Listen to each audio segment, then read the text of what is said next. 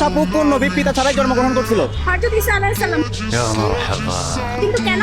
আচ্ছা, আমরা আজকে একটা উদ্যোগ নিয়েছি, খেটে খাওয়া সাধারণ এক পাবলিককে আমরা সারপ্রাইজ দিব যে সঠিক উত্তরটি দিতে পারে। আমরা কি এমন ব্যক্তিকে পাবো?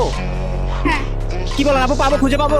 হ্যাঁ বাবু। আচ্ছা আচ্ছা, আপনার কাছে একটা প্রশ্ন, কোন নবী পিতা ছাড়া জন্মগ্রহণ করছে? আমি বলতে পারি না। বলতে পারে না?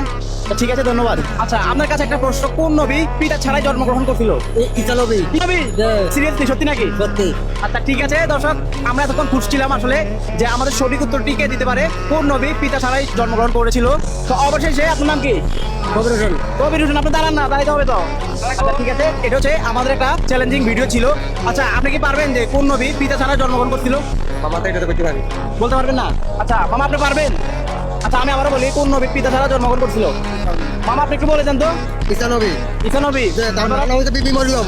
হ্যাঁ, ঈসা নবীর মার নাম বিবি মরিয়ম। আচ্ছা মামা কিন্তু সঠিক উত্তরটি দিয়েছে। মামার নাম কি?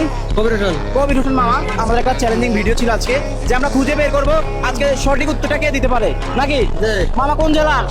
নোয়াখালী জেলা। নোয়াখালী। আচ্ছা, আপনার সারপ্রাইজ। ধন্যবাদ দিবেন না? ধন্যবাদ। এগুলো আপনাদের কাছে কেমন লাগে অবশ্যই জানাবেন, আর ভিডিওটি প্রচুর পরিমাণে শেয়ার করবেন যাতে আমরা সাধারণ যে মামারা রয়েছে তাদেরকে নিয়ে আমরা এগিয়ে যেতে পারি।